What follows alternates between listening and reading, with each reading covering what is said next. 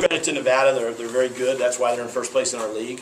I think that our guys played with real good intensity, and we actually, in my mind, we've been playing pretty well, even though we haven't got all the results we want.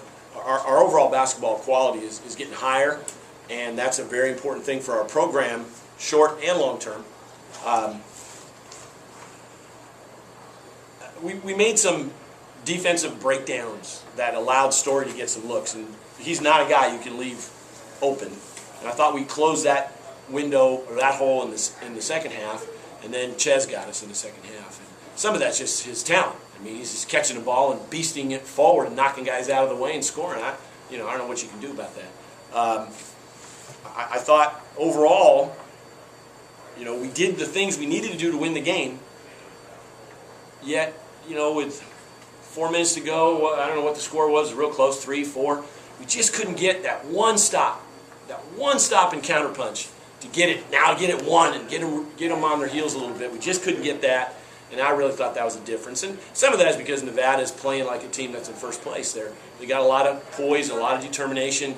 You really can't. It's really hard to rattle them or get them off balance, and that's a tribute to their team. They have their whole team back from last year, and I told Coach Carter before the game, I think he's just done a masterful job coaching that team. The same group of guys last year lost 20 games, and this year they've won 20, and it's really a great tribute to their entire program, the turnaround they've had. Did your team come into this game a little added confidence from the Fresno State win at all? Did you notice anything? Well, I don't think so. I think we're more confident as we're playing better, and that's we really felt we left one on the table against Hawaii. We could have easily beaten Hawaii. And out on the road up at Idaho and Utah State, those are both games that are winnable for us, and we were in position to win either one of those. So we've been kind of trending right now, and the arc is going in the right direction. Obviously, it'd be a lot better for us if we could pull a few more of these off. But at some point, you note the progress, and that helps your confidence. And then you start knocking them off. And we're still excited about our season, and we're excited about our prospects for the close of this season and going into next year. So our guys are very determined to keep firing away and staying excited about their team and about what we can do. It looked like right when the lead was going to get out of hand, you guys were able to hit some big buckets to keep it at 4 or cut it to 1 or 2. I think we tied it at one point, didn't we? Yeah. We tied it.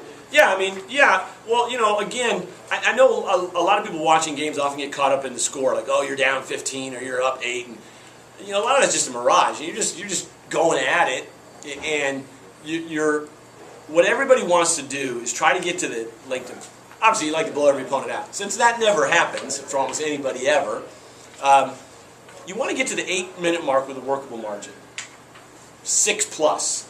I don't think either team really could get that tonight. So it was a scrap, and it really come down to punch counter punch, and they punched us, and we weren't able to counter punch them.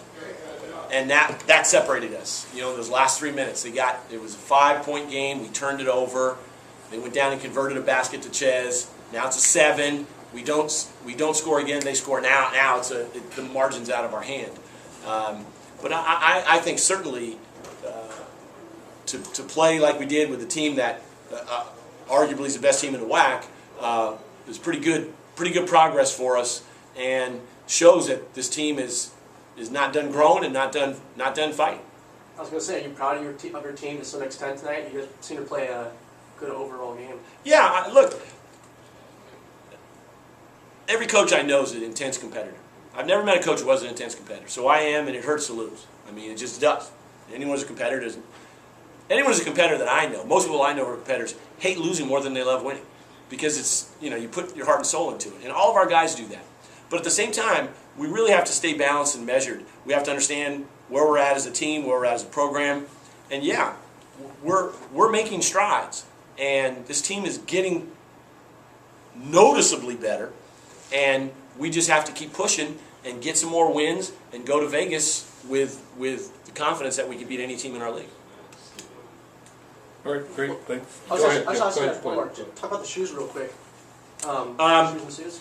Yeah, the NABC runs a Coaches versus Cancer event, and it was 2 weekends ago. But our school approached us about doing it as well, so we went with it. It's an awareness thing.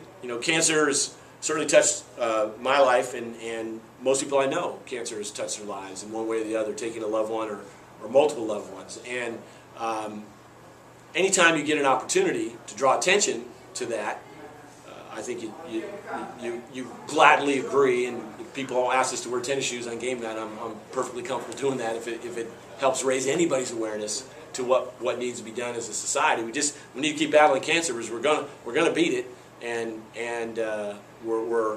these sort of things help everybody to move in that direction.